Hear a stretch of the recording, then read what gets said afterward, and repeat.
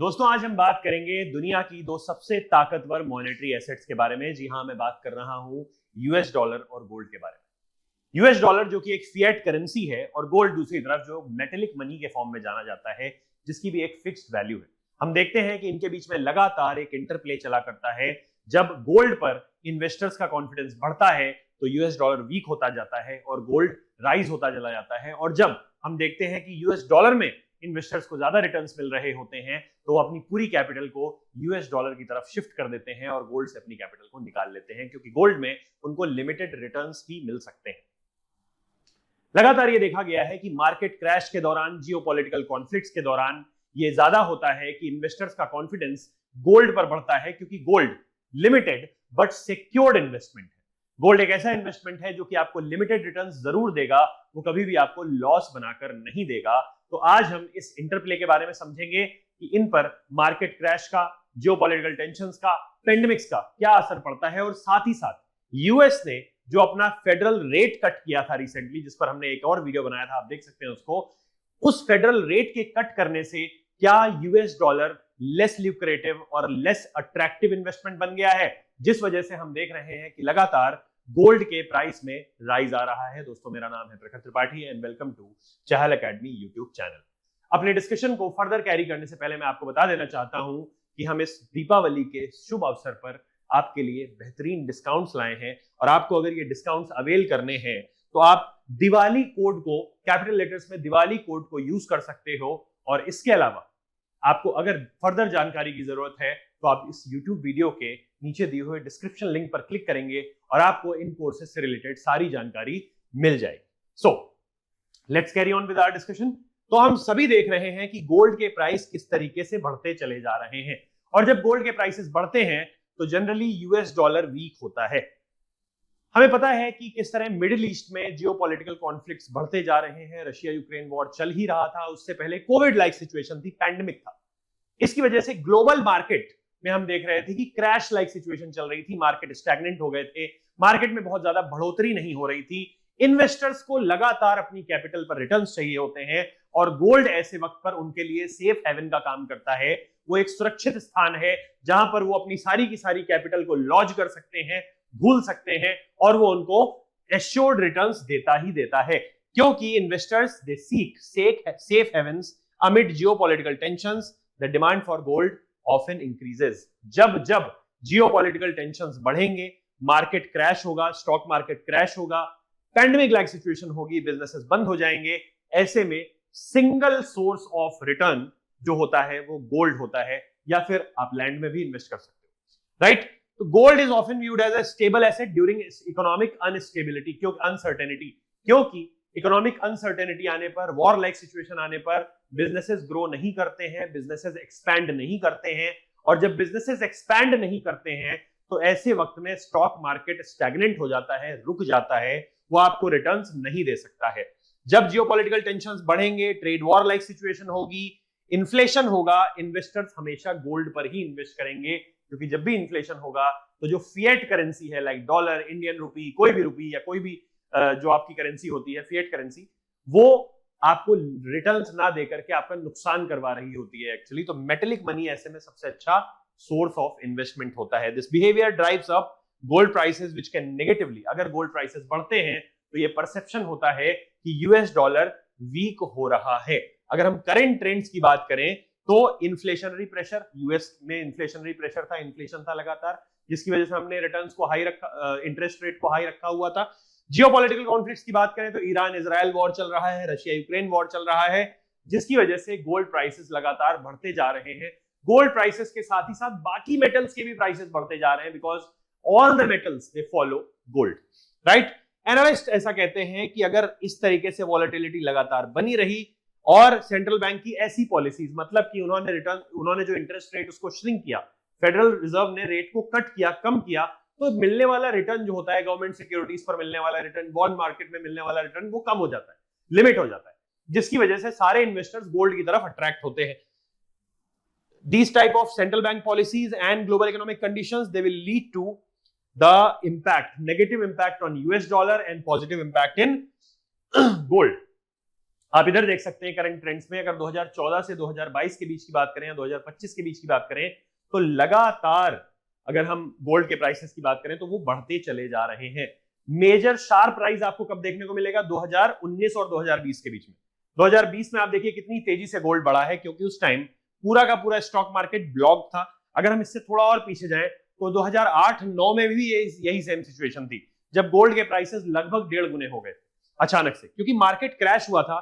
सारे इन्वेस्टर्स ने अपना मार्केट से पैसा निकालकर गोल्ड में डाल दिया था, गोल्ड में लॉन्च कर दिया था, जिसकी वजह से मार्केट में प्राइसेस गोल्ड के बहुत तेजी से बढ़ गए थे। आप इस चार्ट को देख सकते हैं, जब जब टेंशंस हुए हैं, जियोपॉलिटिकल टेंशंस हुए हैं, पैंडेमिक आया, मार्केट क्रैश हुआ, उस वक्त में गोल्ड के प्राइसेस ट्रांसफॉर्मेटिवली बढ़े हैं, रेवोल्यूशनरी तरीके से बढ़े हैं। 1989 टू 1991 की अगर बात करें, गल्फ वॉर चल रहा था और गोल्ड प्राइसेस में 10% का सर्ज आया था। 2001, 2000 और 2002 के बीच में भी लगभग 13% का सर्ज आया था। उस टाइम 9/11 अटैक हुआ था और 9/11 अटैक के बाद अमेरिका में इन्वेस्टमेंट को लेकर के खतरा मंडराने लगा था, यूएस डॉलर वीक हुआ था। 2008 टू 10 की बात करें तो मार्केट क्रैश हुआ था, ग्लोबल फाइनेंशियल क्राइसिस का दौर था, स्टॉक मार्केट स्टैग्नेंट हो गए थे। जो सेक्टर्स बहुत तेजी से ग्रो कर रहे थे उसके पहले उन सेक्टर्स ने ग्रोथ बुक करना बंद कर दिया था। 48% गोल्ड प्राइसेस बढ़ गए थे, हेंस प्रूव। ठीक है, 2019 टू 21 की अगर हम बात करें तो कोविड-19 के टाइम में भी मार्केट्स बंद थे, बिजनेसेस बंद थे, कंप्लीट शटडाउन हुआ था, लॉकडाउन हुआ था, वहां पर भी हम लगभग 40% का गोल्ड प्राइस में सर्ज देखते हैं।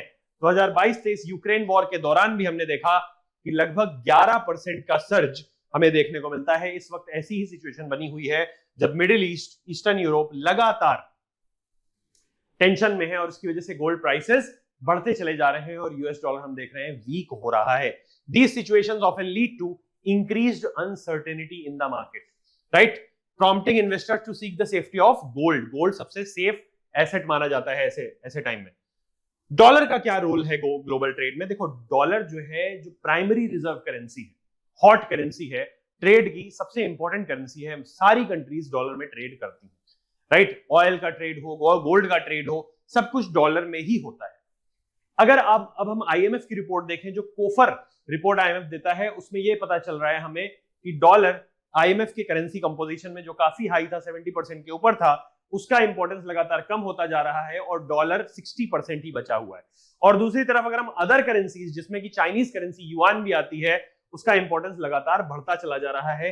यूरो भी बीच में काफी ऊपर गया, राइज किया और फिर से डाउनफॉल यूरो का हो रहा है। जो अदर करेंसीज हैं उनमें ऑस्ट्रेलियन डॉलर, कैनेडियन डॉलर और रेनमिबी जैसी करेंसीज जो है वो राइज हो रही हैं। तो आगे हमें देखने को मिल सकता है कि ये करेंसीज डॉलर को रिप्लेस करें, but it will take a very long time.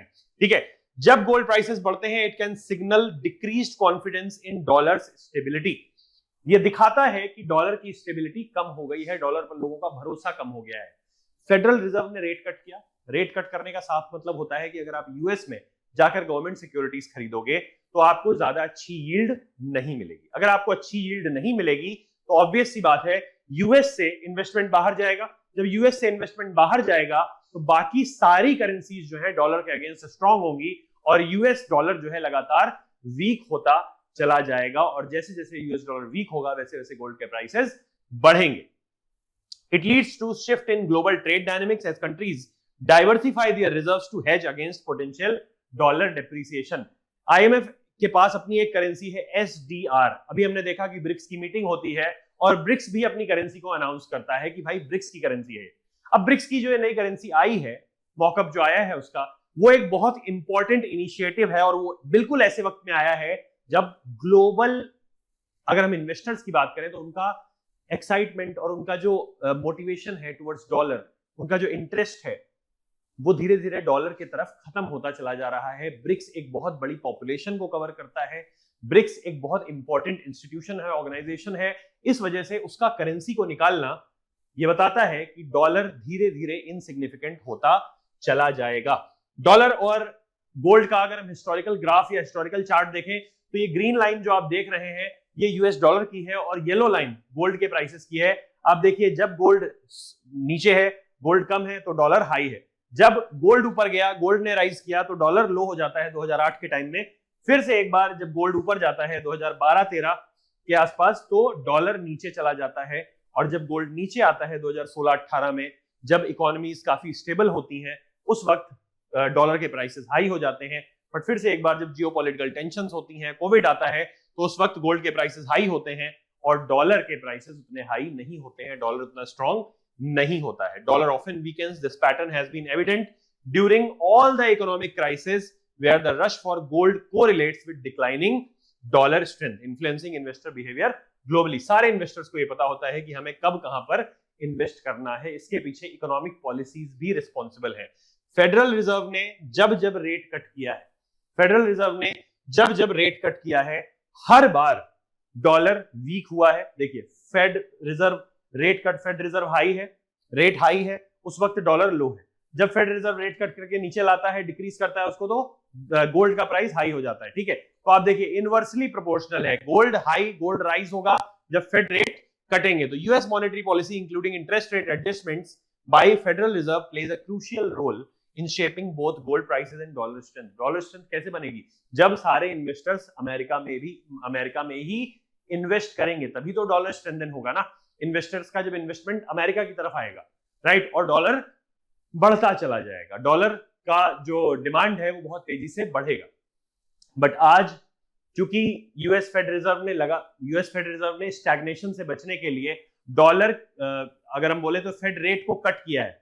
Fed rate को जैसे ही कट किया तो जो इन्वेस्टर्स हैं उनका पूरा का पूरा कैपिटल उठ करके बाहर की कंट्रीज में गया, और जैसे ही वो कैपिटल बाहर की कंट्रीज में गया वैसे ही हम देखते हैं कि डॉलर में स्लंप डाउन आता है। Low interest rates typically diminish the appeal of holding dollars, leading to increased gold purchase as a hedge की तरीके यूज किया जाता है रिस्क को मिनिमाइज करने के लिए, और जो प्रॉफिट हम लूज कर सकते थे उनको बचाने के लिए, प्रॉफिट्स बुक करने के लिए गोल्ड का यूज किया जा सकता है।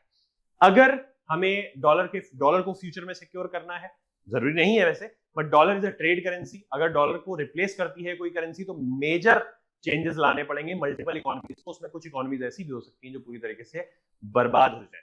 तो इसलिए इन्वेस्टर्स की अगर हम बात करें, इकोनॉमीज की बात करें, तो डॉलर और गोल्ड के बीच का जो इंटरप्ले है इसको हमें समझना चाहिए। प्लस हमें यह भी समझना चाहिए कि कब जियोपॉलिटिकल टेंशंस जो है वो डॉलर और गोल्ड को इंपैक्ट कर सकते हैं। अकॉर्डिंगली ही हमें मार्केट में इन्वेस्ट करना चाहिए। और आपको ये फील नहीं होगा बट रिटेल इन्वेस्टर्स भी इस चीज से इंपैक्ट होते हैं।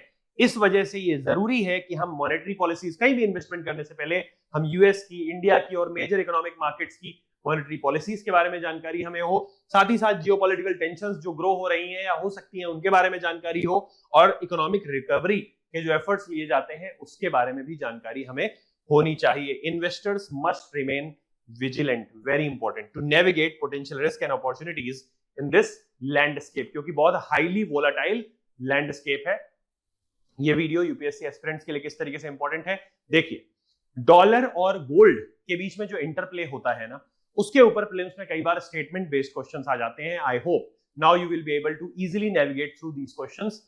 Thank you so much, and if you want more such informative videos, do subscribe to the channel. Thank you.